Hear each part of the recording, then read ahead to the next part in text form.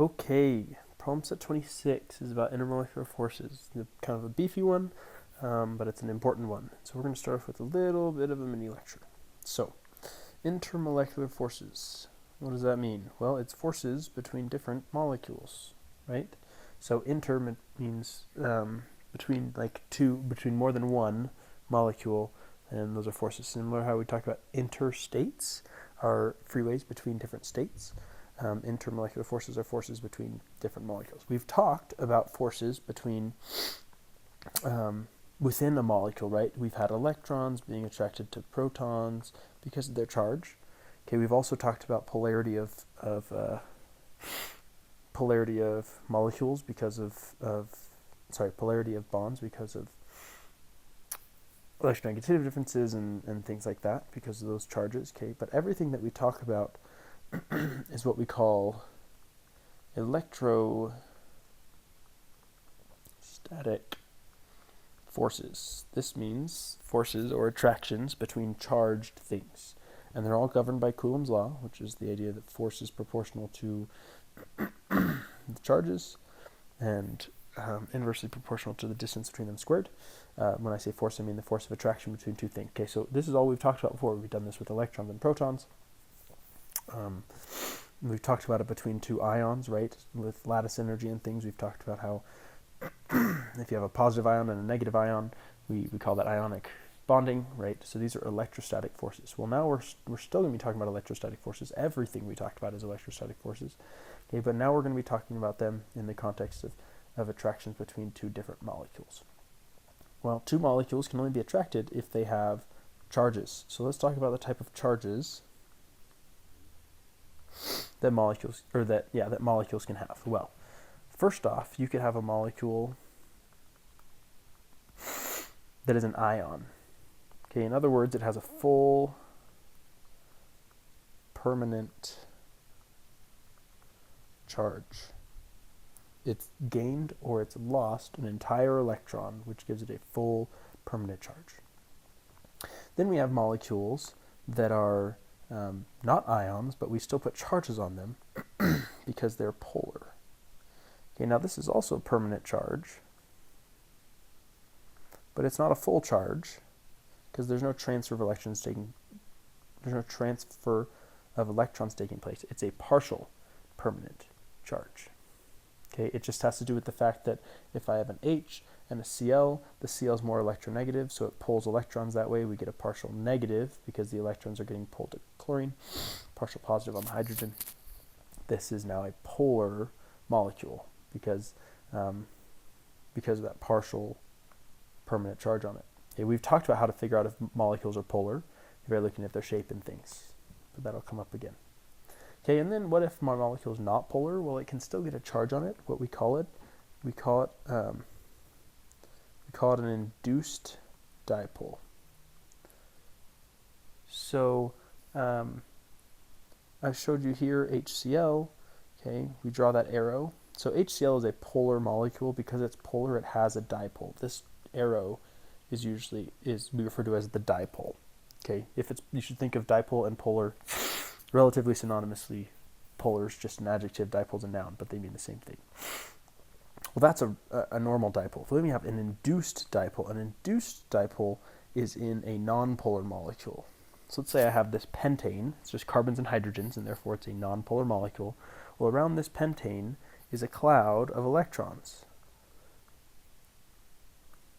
Okay. Well, every once in a while, those electrons might get imbalanced, where the majority of electrons happen to be on one side of the molecule. Well, when that happens, then for a moment, I have a partial negative on top and a partial positive on bottom.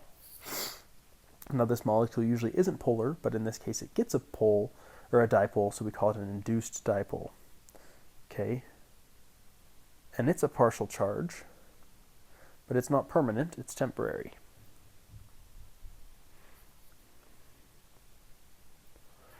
Okay, so these are the three different, and an ion, I didn't write an example of that, but talk about Na+, that's an ion. It's missing an electron, it's got a full permanent charge. We've got partial permanent charges, and we've got partial temporary charges. So those are three types of charges that our molecules can have. So now we come to actual intermolecular forces. Well, intermolecular forces are between two different molecules, and we base the name of the intermolecular force off of the type of charges in the two molecules that make up the attraction. So this is how I like to explain it. We've got thing 1, molecule 1, thing 2, and then the intermolecular force that they feel between them. Just going to make a chart.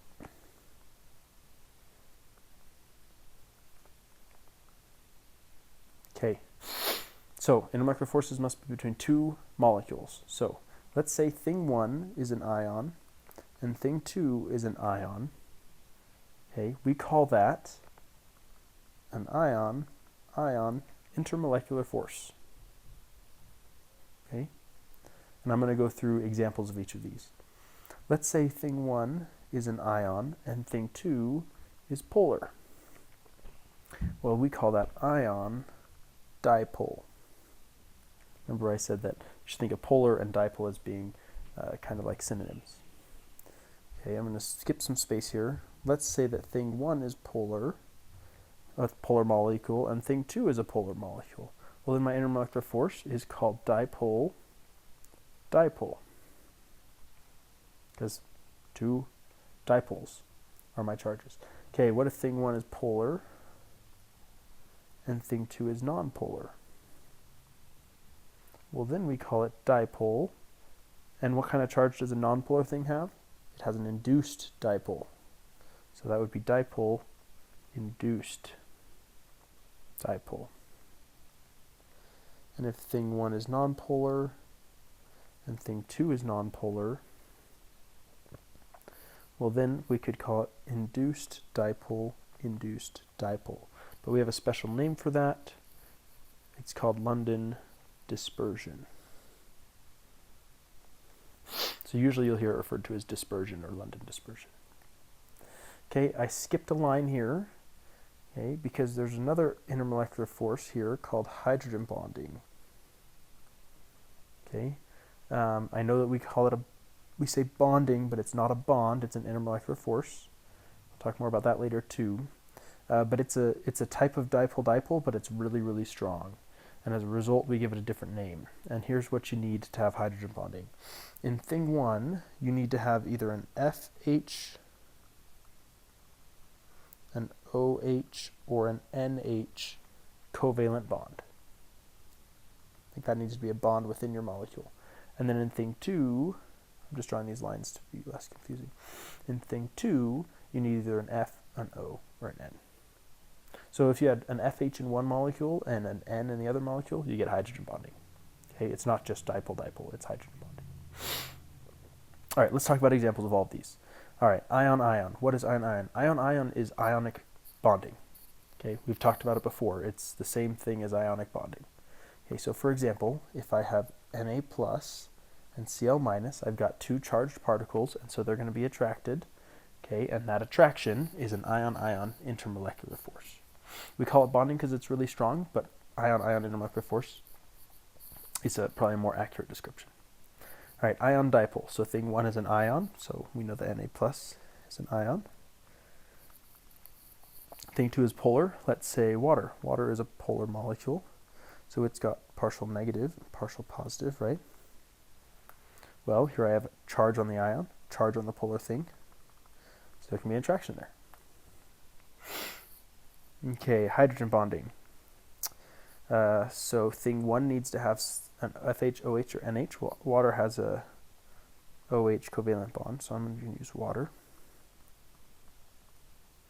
Partial negative, partial positive. And I could use another water. Partial negative, partial positive. And then I have a negative, right? Because this water has an O in it. Okay. Well, I drew it backwards. Let me draw it the other way to make more sense.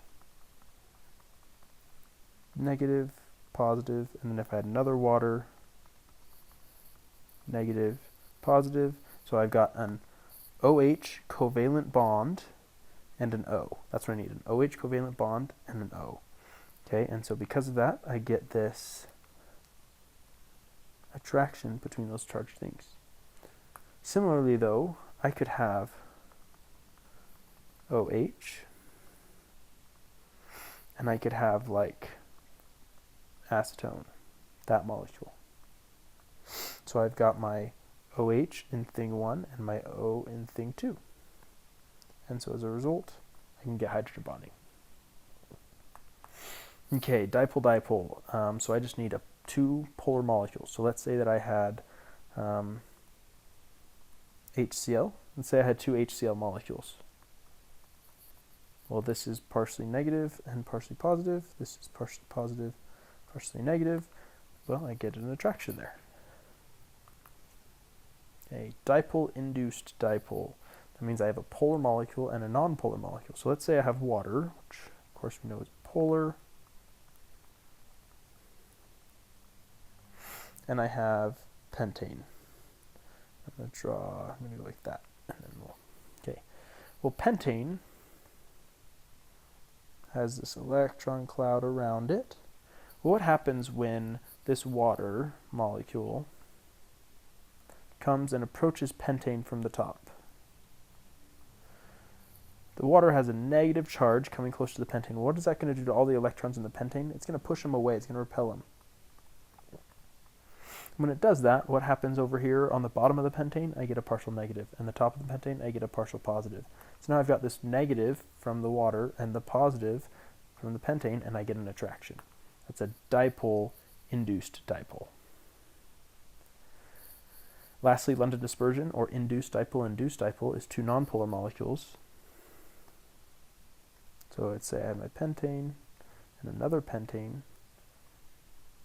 These are their electron clouds. Okay, I'll draw that again because it was ugly. Okay, let's say all these electrons go up top for a minute. Now you have partial negative on top, partial positive on bottom, which then, if this is positive on the bottom, what happens to the electrons here? They get attracted upwards, which gives a partial negative on top and a partial positive on the bottom. And so I get an attraction, and you can imagine if I had millions of these pentane molecules, they would all just keep inducing dipoles in each other, and we'd get some pretty good attraction. So that's how we name our intermolecular forces. Now let's take a minute and talk about how do we, within these intermolecular forces, well, let me say this first. So if I'm given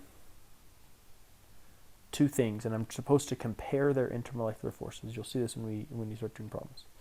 The first thing to look at is, okay, what's the intermolecular force in my situation 1, and what's my intermolecular force in situation 2, right? And this is in order of increasing strength, and so then I compare that way. But what if I had two ion-ion situations, and I want to know which one is stronger? Well, we've talked about this before. This has to do with, see how I want to do this. I want to separate this up in a way that I can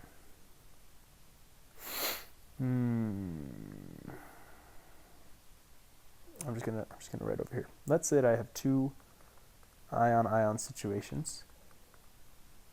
I'm going to do strength. I'm going to do relative strength. Within ion-ion.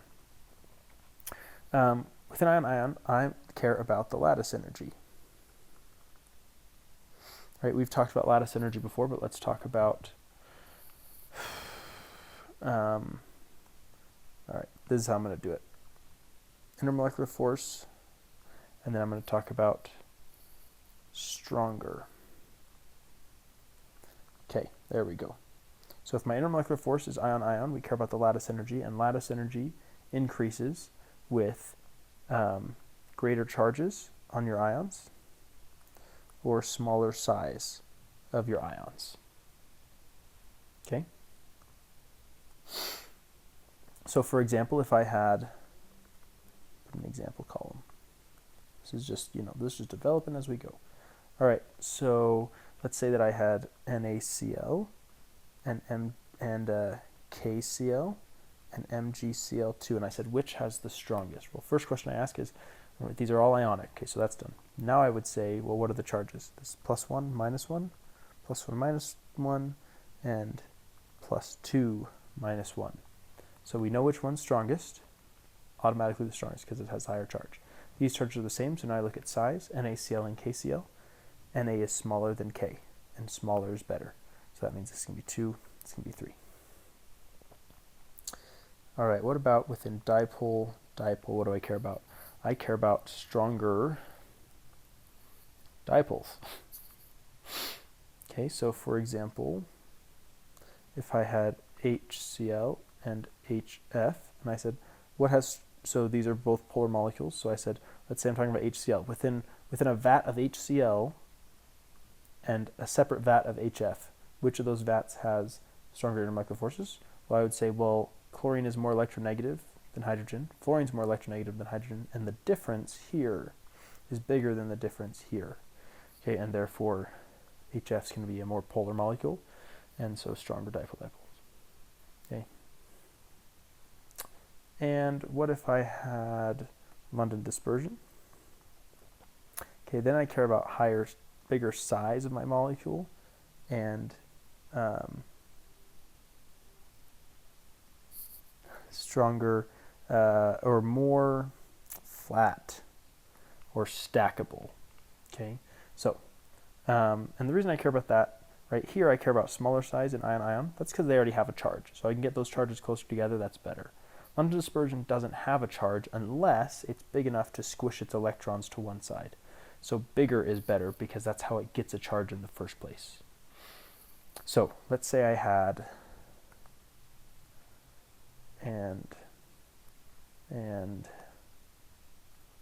that's not what I wanted. That. All right, so first thing I look at is size. Well, this is 4 carbons, this is 5 carbons, and this is 5 carbons. So this is automatically going to be the worst. Okay, these are about the same size, so then I look at flatness. This one's flatter, which means it's going to be the best. Then that's going to be number 2. The reason flatter is better is because the more stackability I get, the more these molecules can induce dipoles in one after the other. So flatter is better.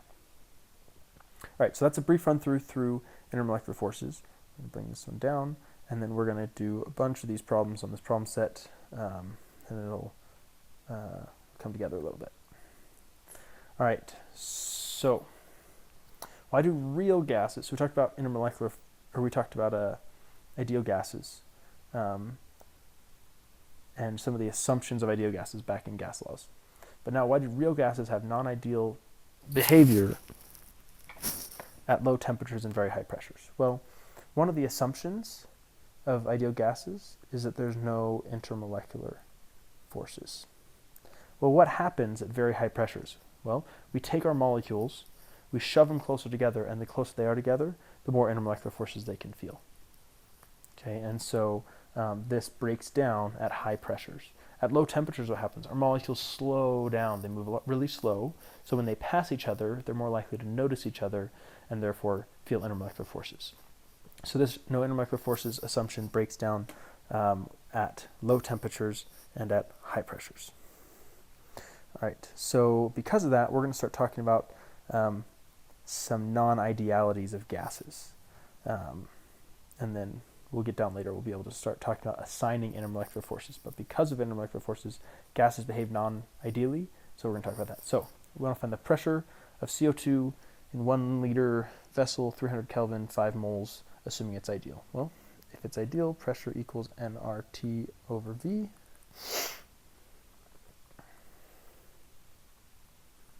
Temperature's 300, volume of 1 liter.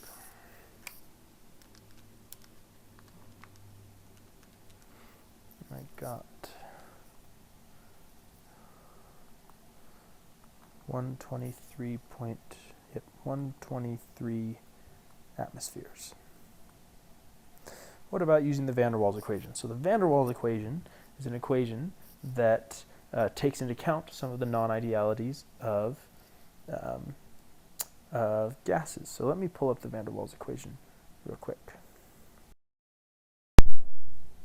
Okay, so if I pull this up here, here it is. So I'm going to write this down. There we go. So the van der Waals equation is P P plus A n over V squared, V minus NB equals nRT. So I just want to take a minute and look at this equation and break it down to see what it's doing. What it's saying is, now remember, normally ideal gas law is PV equals nRT. But now what we're doing is we're using this A value, okay, A and B. A and B are specific to a certain type of gas. So that's different for each gas region. But what it's doing is taking this pressure and saying, well, the pressure gets affected by intermolecular forces because pressure happens when molecules bounce off the walls, right? But if the molecules are grabbing onto each other in the middle of the gas, then they're less likely going to break away and hit the wall. So it affects the pressure. Okay, it also affects the volume for kind of that same reason. Basically what we're doing is we're accounting for the fact that maybe the volume of those particles is not negligible compared to the space they take up. Anyway, so what we do is we take this A value and we use it to adjust the pressure, and the B value, and we use it to adjust the volume to account for non-ideality. So in any problem, I know in this one you aren't, but in any problem you'll be given the A and the B values for your gas. So in this case the A value is 3.59 and the B value is 0.0427. So now I can just solve for pressure. I know if I want to rearrange it, I'd get pressure equals nRT over V minus NB minus A times N over V squared. So I've got 5 moles, ideal gas constant, temperature's 300, over volume of 1 minus 5, B is 0.0427 minus A 3.59 times N over V squared. All right, let's see if I plug that all in and if I can get the right answer.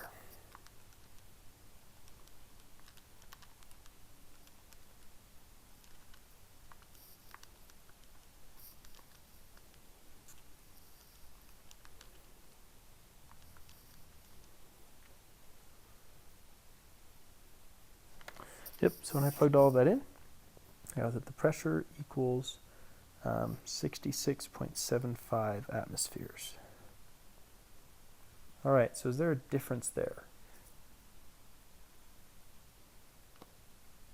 Absolutely there's a difference there, right? There's 123 atmospheres, ideally, but actually only 66.7. So what's the difference? Well, there's intermolecular forces involved that affected the pressure, and the volume of the CO2 molecules matters.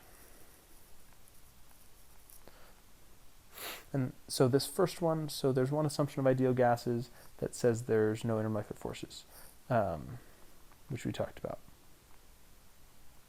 The second, there's another assumption of ideal gases which says that the volume of gas particles is negligible because they're spread out so far.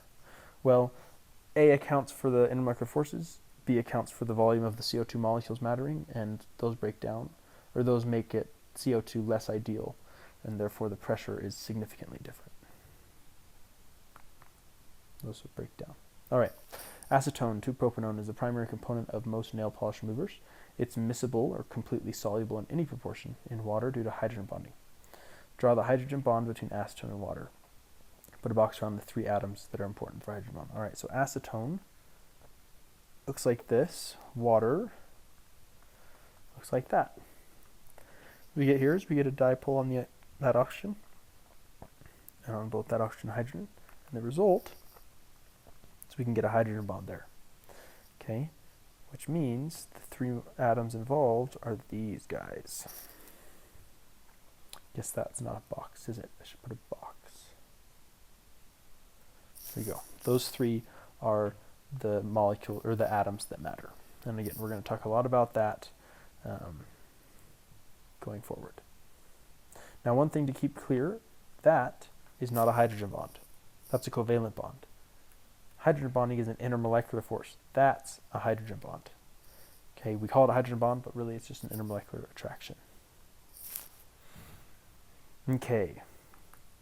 Which of the following exhibit the strongest London dispersion force? Okay, so they're already telling you they're all London dispersion, and we're trying to now compare a bunch of them, a bunch of London dispersions to figure out which one is stronger. Well, if we jump up here, what makes London dispersion stronger? Size and flatness. Bigger size, more flat. So let's compare these guys. We've got helium. Helium's got a molar mass of 4, right? Nitrogen, N2's got a molar mass of 28. Oxygen's 32. Iodine is going to be 127, but there's 2 iodines, so 254. And fluorine's going to be like 38. So which is the strongest? Iodine, easily. It's way bigger, okay? It's really not the molar mass that tells you that. It's the fact that iodine's radius is the biggest, but usually you can look at molar mass and it'll give you a pretty good idea. Okay, so it's best because it's the biggest. In other words, it has the most electrons. It's really easy to shift those electrons to one side of the molecule and give you a strong induced dipole, which means strong intermolecular, or strong London dispersion. All right, 5, state the dominant intermolecular force. All right, so this is really the kicker type question that you need to be able to answer, and we're going to use this guy up here to answer it. So I'm just going to copy this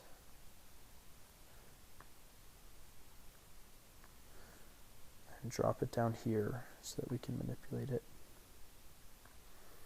Okay. All right, so here's the thing. Intermolecular forces require 2 molecules, okay? But here, we've only given you 1 molecule. What does that mean? That means we are asking about the force between 2 different BeH2 molecules. It's thing 1 and it's thing 2.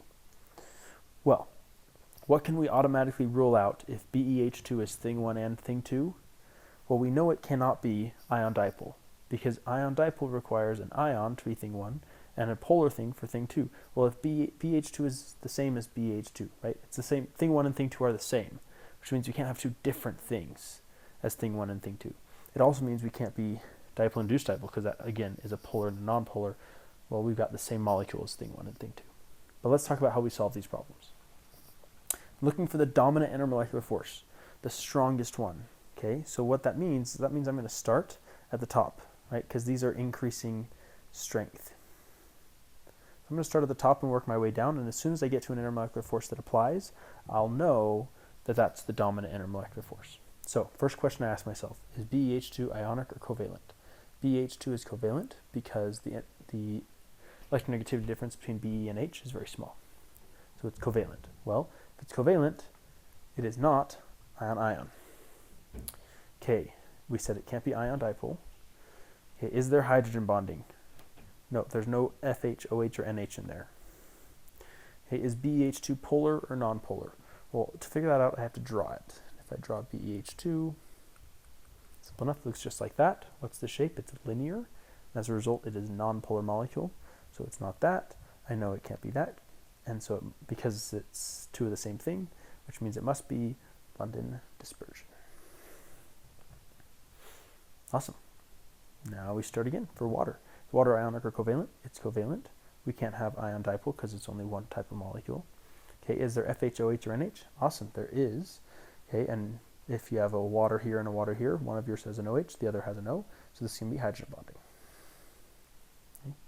Now, if it's hydrogen bonding, it's also dipole-dipole. Okay, and anything can be London dispersion. Everything is London dispersion. But what this question is asking is for the dominant intermolecular force. So once we get to one that applies, we're done. All right, XeF2. Is ionic or covalent? It's covalent. We can't have this guy because we have one single type of molecule. There's no FHOH or NH. Polar or nonpolar? Well, if I draw XCF2,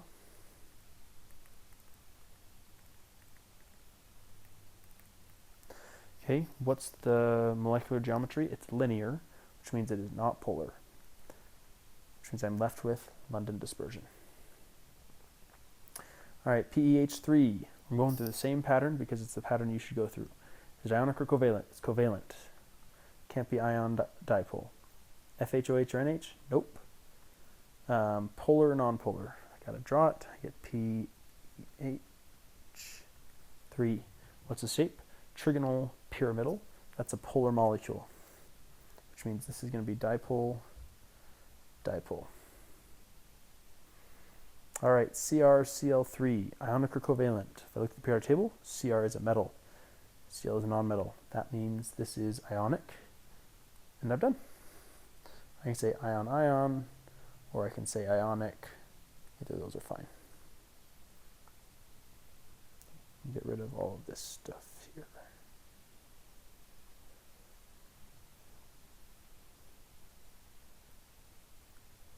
And I'm going to take this down with me. Okay, SF2, ionic or covalent? These are two nonmetals, so it's not ionic, it's covalent. Can't be ion dipole. There's no FHOH or NH. Is it polar? Let's see.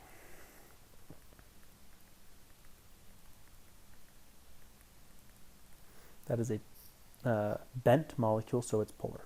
That means I'm dipole, dipole. And now CS2, it is covalent. Can't be ion-ion, can't be that. There's no FHOH or NH, so it's not that. Polar, nonpolar. CS2 looks like this. That's linear, so that is not polar. So I'm left with London dispersion.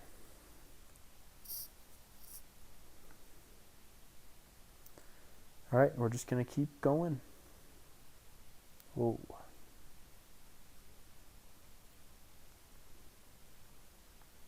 I know that I'm skipping all of the ion dipole, these guys, and the dipole-induced dipole. Hopefully you'll see some of that as we keep going. All right, MgF2, ionic or covalent? That is ionic because Mg is a metal, F is a nonmetal. BrF3, it's covalent. Can't be this guy. There's no FHOH or NH, so it's not hydrogen bonding. Polar or nonpolar? Br.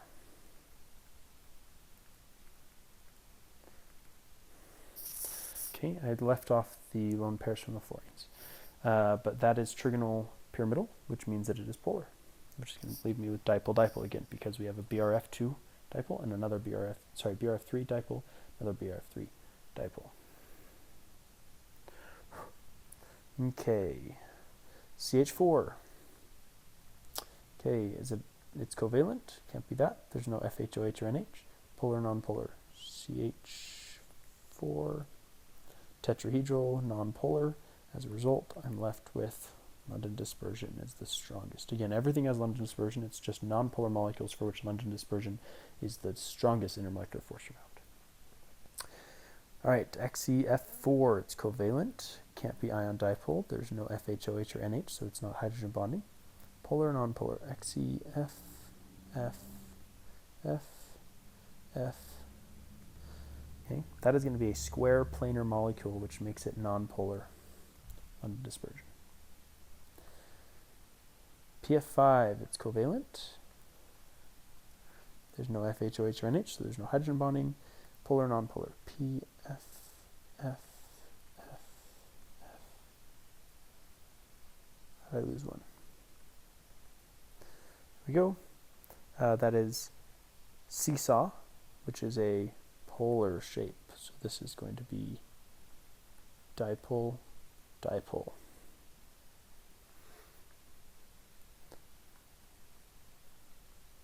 Okay, SF4, it's covalent.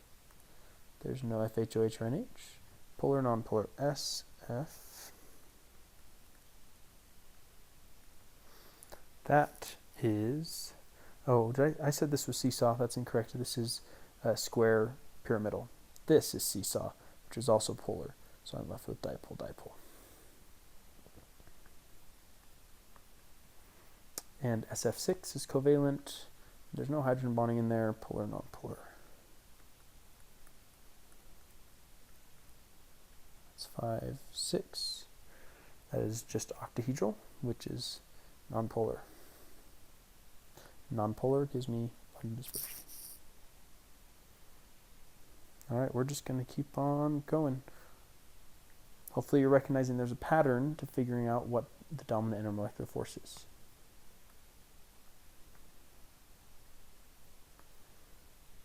Alrighty.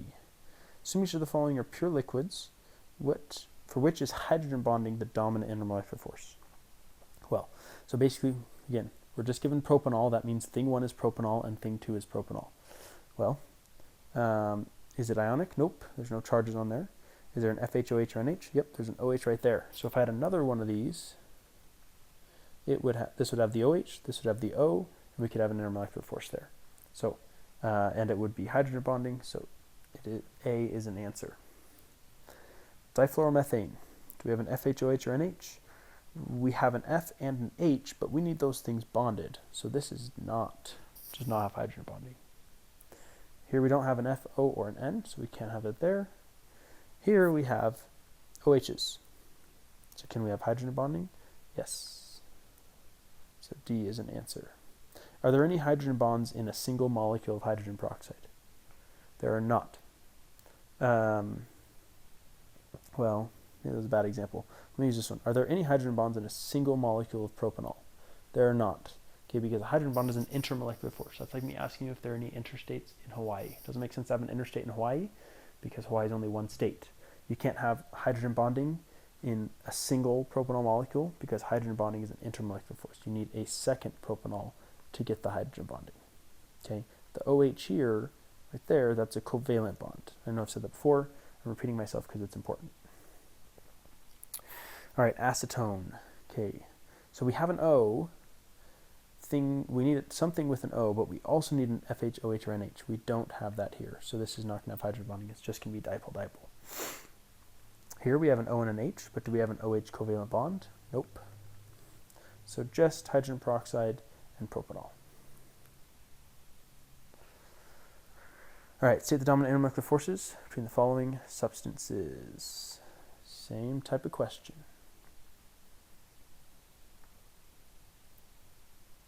All right, gasoline, a mixture of hydrocarbons, 4 to 12 carbons. What that means is it's just a mixture. You could have that, you could have that, you could have that, 4 to 12 carbons long. One thing just to be aware of, anything that's just carbons and hydrogens is going to be a nonpolar molecule. And if we have a nonpolar molecule, the dominant intermolecular force is London dispersion. All right, vinegar is acetic acid,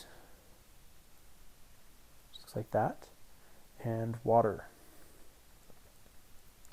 Okay, well, neither of these are ions, so we get that off the list. So hydrogen bonding, well, I've got an OH here and an OH here. Thing 1 and thing 2 both have OHs, which means that I can have hydrogen bonding.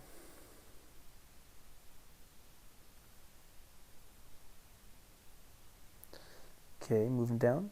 CRAM, mixture of hydrocarbons. What I say about hydrocarbons up here, they're all nonpolar molecules, which means they're not ionic.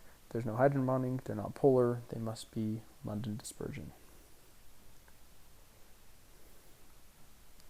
Phosphorus, pure phosphorus trichloride. So phosphorus trichloride, PCl3, looks like that.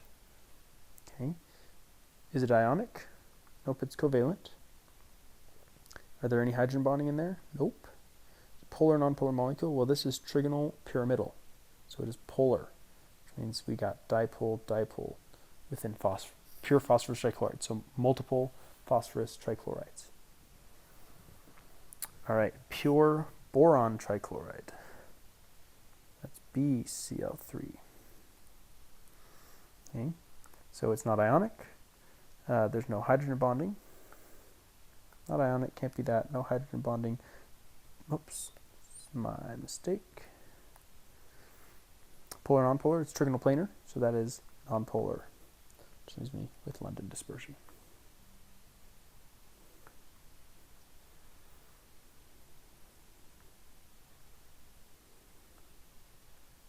see, a couple more pages.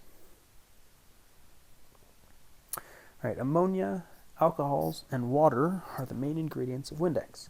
What is the dominant intermolecular force in Windex? Well, ammonia is NH3, alcohols have OHs on them, and water is H2O. So there's no ions there. We do have multiple things. So we could have ion dipole, right? Because we got multiple types of molecules in there. But none of them are ions. So we can't have ion dipole.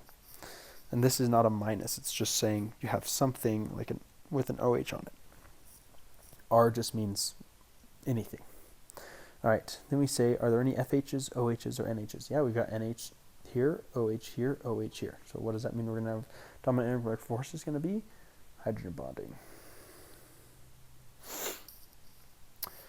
All right, in an aqueous solution containing Na+, Mg2+, K+, and Ca2+, which do you expect to experience the strongest ion-dipole interaction? So aqueous means a water solution.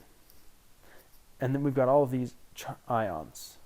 Well, Na+ in water is going to be an ion in a polar, like water's polar.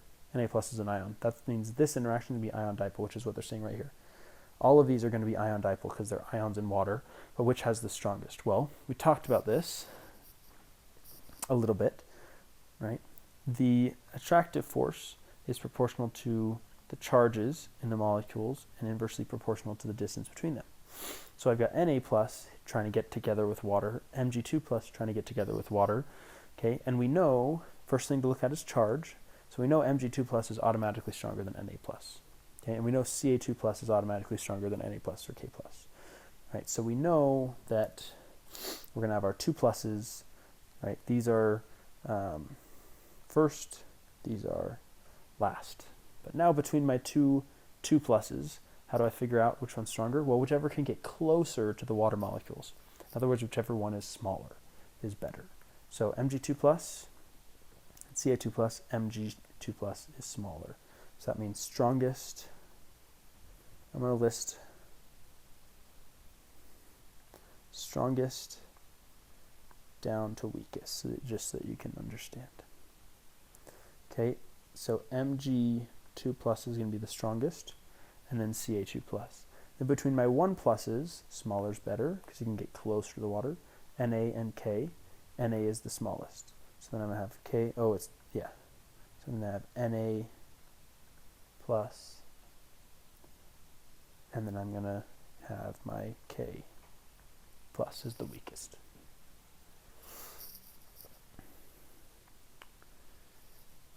Okay, tetrafluoroethylene is a molecule from which Teflon is made. Teflon is the stuff that coats your, they use it to coat your pans to make them like non-stick, but it's also used for a lot of stuff, other stuff. Teflon tape is used if you're ever binding pipes, like metal pipes together. All right, draw the Lewis structure for C2F4.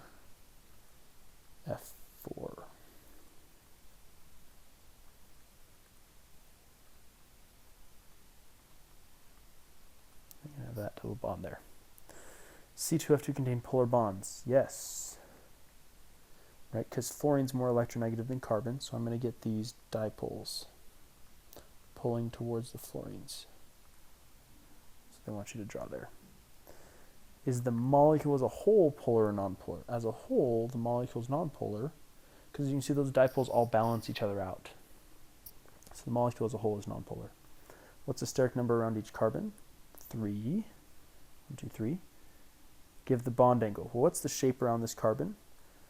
Steric number of 3, and it's all bonds, so that gives me a molecular shape of trigonal planar. What are the bond angles in trigonal planar? They're 120 degrees.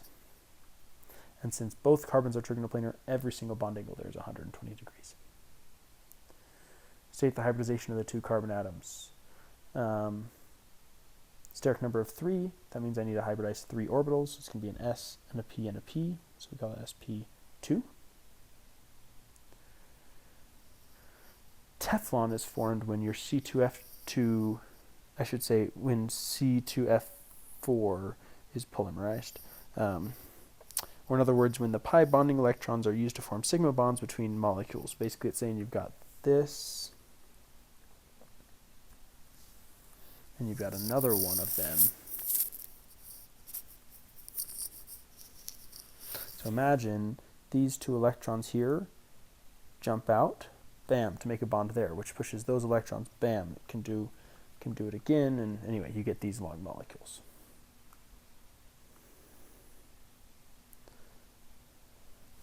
Okay. What are the dominant intermolecular forces in Teflon?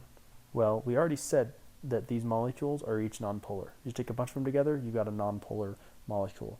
So the dominant intermolecular force is going to be London dispersion. Do you think it would be hydrophobic or hydrophilic? What does hydrophobic mean? It means scared of water. It repels water. Hydrophilic means it likes water. Well, water is polar. It's got hydrogen bonding. Teflon is nonpolar. As a result, it's going to be hydrophobic. Because things with similar intermolecular forces like to interact with each other. It's hydrophobic because water is polar. Why do you think Teflon forms such an effective non-stick surface for cooking food? Because it repels the water in the food you're using or you're cooking.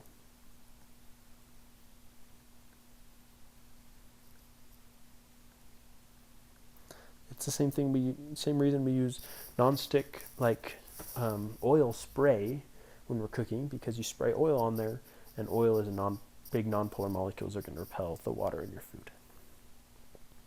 So there you go. There's your introduction to intermolecular forces and a bit of practice there. The next problem set is applications of intermolecular forces, where we're going to use these tools that we've gained even more.